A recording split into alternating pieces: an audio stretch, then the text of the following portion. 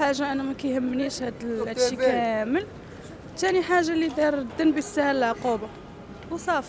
6 سنوات كنتي قاطعه على فنان مغربي؟ شويه قاطعه ماشي على فنان مغربي، على اي مواطن، كل المواطنين كاملين قاطعه عليهم 6 سنوات. انا ما نكذبش عليك، الا كان بصح داير داك الفعل يستاهل اكثر، ولا ما كانش ما دايرهاش الله يطلق سراحه. الله يطلق سراحه، هادشي اللي غنقول ليه. حيت غنقول لك انايا اي واحد كيدير شي حاجه خاصو يتعاقب عليها، كفنان كمواطن. اي واحد اللي دار شي حاجه خاصو ياخذ على العقاب ديالو كما كانت. واخويا اللي دار الذنب يستاهل العقوبه، هو فنان كنعرفوا من الناحيه الفنيه ديالو ما عندنا ما نقولوا فيه، ولكن سلوك الانسان كيختلف على ستادير لا بارتي بروفيسيونيل. كنعرفوه فيها فنان عنده ميقول، عنده اغاني مشهورين معروفين، ولكن سلوكه كشخص ما قدرش نحكموا عليه.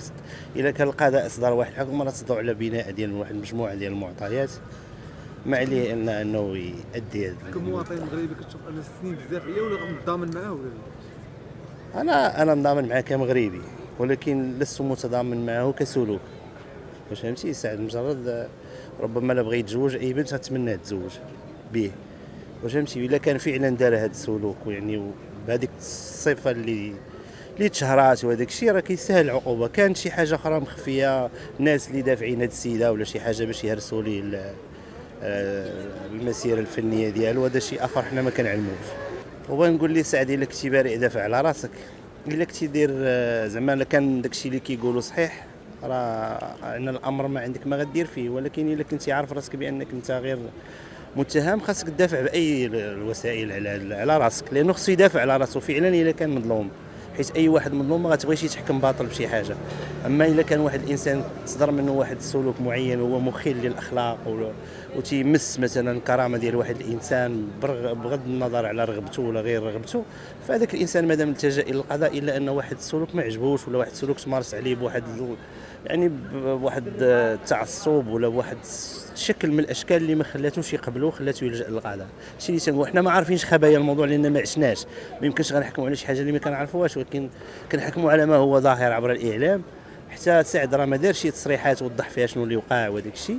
السيده قالت شنو اللي وقع وشنو اللي كاين وشنو اللي كاين، هي كانت غير راضيه على الامر.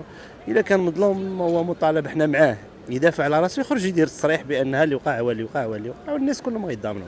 عذرا، علامة الاستفهام ما بين قوسين، قوس في قوس وعلامة وسط منه. أنا فنان وسعد المجرد فنان، راه كيعرفني، كيتلاقى معايا في عين ديال وتقريبا تلاقى معايا حتى في منهاتن. هو مدوز النمرة ديالو وانا مدوز النمرة ديالي. منهاتن كتخدم فيها الدولية وكيخدموا فيها فنانين اخرين وكذا والى اخره. وحتى حنا قناوات تحزاتنا الوقت في هذيك الوقت ودوزنا النمرة ديالنا وحسن لينا الشراب باش جلسنا معاه. سعد المجرد كنعرفو هواية عنده زوينة، فنان.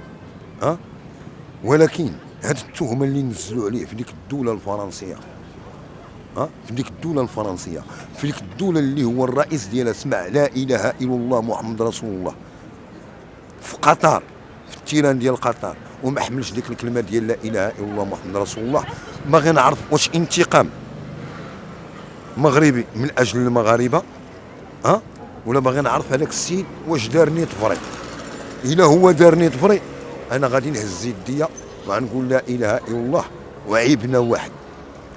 ولكن هذاك السيد الا ما دارش فري، انا كنهضر باسم المغاربه وباسم التراب المغربي وباسم كل حبه وكل رمله تواجد فوق الارض ديالنا ديال المغرب. كل حبه وكل رمله كتساوي بشريه مغربيه. يديروا لا دي ان عيطوا على ديك النصرانيه، على ديك المسيحيه، وعيطوا على داك المسلم ويديروا لهم لا دي ان. ولا دي ان ماشي ديرها الدوله الفرنسيه، ديرها المنظمه العالميه، ديرها لهذاك السيد اللي غادي نقول لها اخويا سعد المجرد. هذه صحابه وغادي تدوز، هذه صحابه وغادي تدوز. حنا راه واقفين بجنابك، سمعتي؟ انت الا كتبكي تماك دقيقه، حنا كنبكيو الليل والنهار من الاجل ديالك.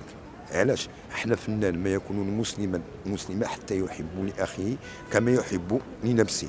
الفن ديالنا حنايا ديال التكنوت خرق العالم، وكما الفن ديالنا حنايا ديال التكنوت خرق العالم، انا قناوي غادي نخرق واحد النطاق. اشنو هو هذا النطاق هذا اللي غادي نخرق؟ وهو يديروا لا دي ان، كاينين التحاليل مجهريه غادي يهزوا منه ويهزوا منها. ولا كان هذاك السيد كاينين علماء تبارك الله، كاينين علماء ماشي غير تخلطوا تقولوا انا غادي نجي عندك نكون دريه نقول لك انت اغتصبتيني، وغادي يحاكموك بلا ما يديروا لك لا دي ان، بلا حتى شي حاجه، بلا ما يديروا لنا تحاليل لا حتى شي حاجه. ولكن انت ما درتي ليا والو، ما قصتيني حتى بشي حاجه في الحياه ديالي. سمعتي؟ ما قصتيني حتى بشي حاجه في الحياه ديالي.